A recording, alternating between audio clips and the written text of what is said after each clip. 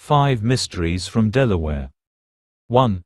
The Disappearance of Christine Sheddy, 2007. Christine Sheddy was a young mother of 3 who had moved to Bowers Beach, Delaware, after a rocky relationship with the father of her children. In search of a fresh start, she found herself seeking refuge with a couple, Clarence Jackson, known as Jr., and Tia Johnson, on a farm in Pocomoke City, Maryland, not far from Delaware's border.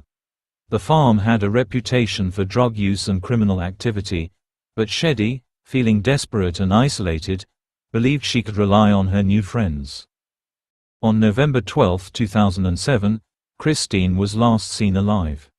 She vanished without a trace, leaving behind her children and belongings, which instantly raised alarms for her family and friends. Her family maintained that Christine would never abandon her children willingly, which sparked a thorough investigation. In the days leading up to her disappearance, Christine had expressed discomfort about the people she was staying with. Her friends and family noted that she was feeling increasingly uneasy about her living situation, especially given the shady reputation of the farm and the individuals who frequently visited. On the day she went missing, Christine was left alone at the farm with Clarence Jackson and 2 other men while her friend, Tia, went out for the day. When Tia returned later that night, Christine was gone, and no one could provide a reasonable explanation. Police suspected foul play almost immediately, but without a body, leads were scarce. Investigation. For years, investigators struggled to piece together what had happened. The farm's residents were less than cooperative, and conflicting stories complicated the search for Christine.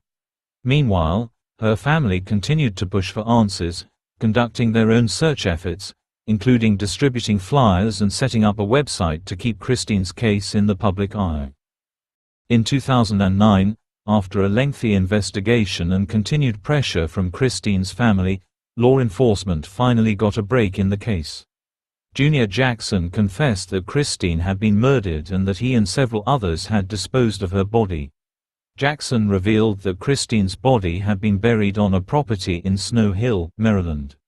Police located her remains, bringing closure to her family after nearly 2 years of anguish. Obscure facts. One of the lesser-known details about Christine's case is the involvement of Jr. Jackson's girlfriend, Tia, who played a complicated role in the investigation. Initially, she claimed to have no knowledge of what had happened to Christine. However, it later came to light that Tia had been aware of the murder and the subsequent efforts to cover it up, which led to her being charged with obstruction of justice. Another obscure fact is the alleged motive behind the murder. While official accounts suggest that Christine was killed during a robbery gone wrong, there have been rumors that her murder was premeditated due to her desire to leave the farm and report the criminal activity occurring there. Theories. Several theories emerged during the investigation.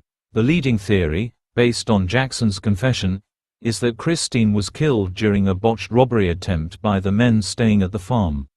However, some investigators and Christine's family believe that her murder may have been planned to prevent her from exposing the illegal activities at the farm.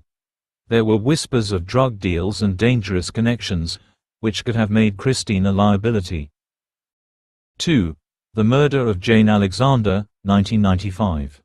Jane Alexander, a successful real estate agent and community figure in Wilmington, Delaware, was found brutally murdered in her home in June 1995. Jane was a well-known and respected figure in the local real estate community, and her violent death shocked her friends, family, and clients. She had been stabbed multiple times, and the scene was gruesome, with evidence of a struggle throughout the home. The day of the murder, Jane had shown no signs of distress. She had met with clients earlier in the day and had several appointments lined up for the following week. However, that evening, someone entered her home, attacked her, and left her dead in a pool of blood. Neighbors reported hearing loud noises, but no one saw the assailant leave the property. Jane's murder seemed personal, with overkill suggested by the sheer number of stab wounds. Her family and friends were puzzled as to who could have committed such a heinous crime, as Jane had no known enemies. However, investigators would later uncover a dark side to Jane's seemingly perfect life. Investigation. From the start, police focused on those close to Jane, including her business associates and personal acquaintances. It quickly became clear that Jane had been involved in a contentious legal dispute over a piece of real estate, which may have provided a motive for her murder. Additionally, Jane's personal life had its own complications. She had been involved in a romantic relationship with a man named Norman Sims, a handyman with a troubled past. Sims became the prime suspect in the investigation after police discovered his fingerprints at the crime scene. Initially, Sims denied any involvement in the murder, but as the investigation progressed, it became apparent that his relationship with Jane had become strained in the weeks leading up to her death. Sims had a history of violent behavior, and police believed that Jane may have tried to break off the relationship, leading to a fatal confrontation. Obscure facts. One lesser-known fact about the case is that Jane had confided in a close friend just days before her death, expressing concerns about Sims's increasingly erratic behavior.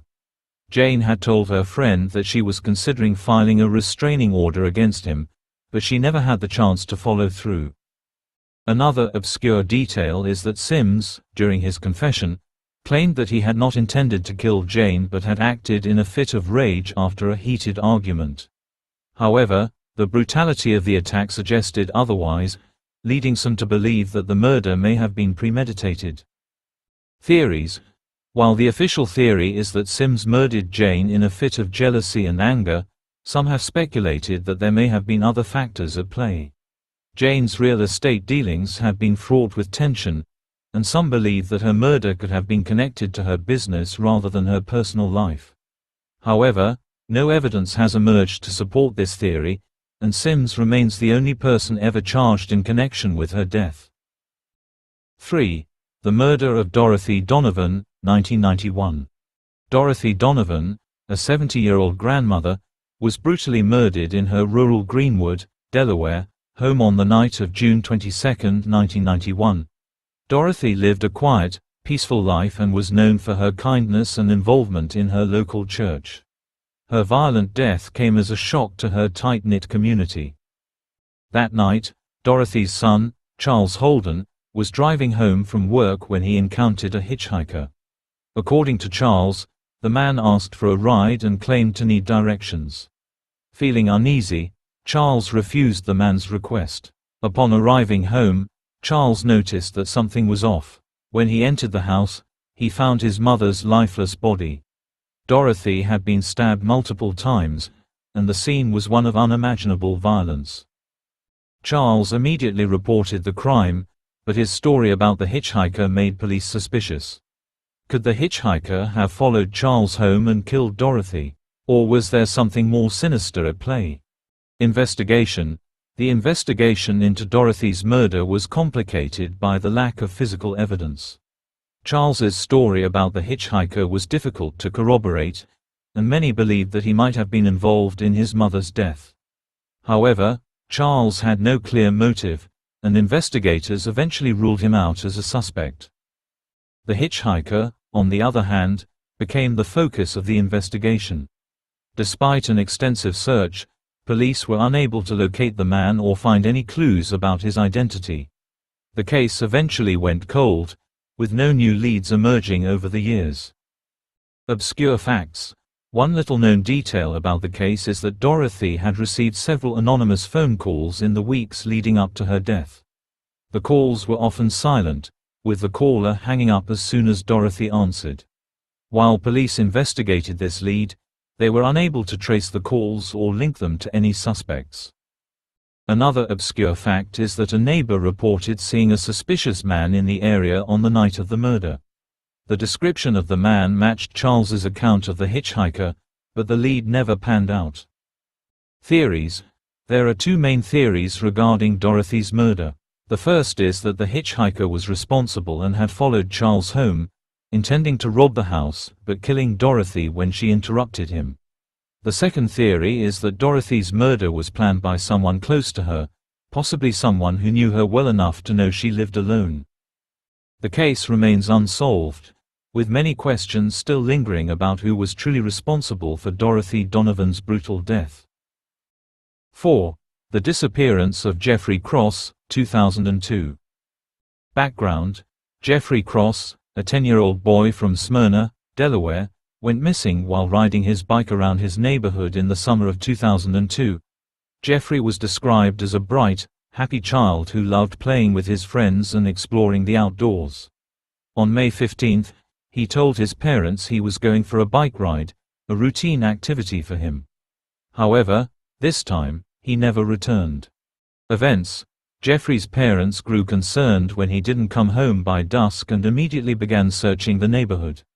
His bike was later found abandoned several miles away from his home, but there was no sign of Jeffrey. The discovery of Jeffrey's bike far from his usual riding area puzzled investigators.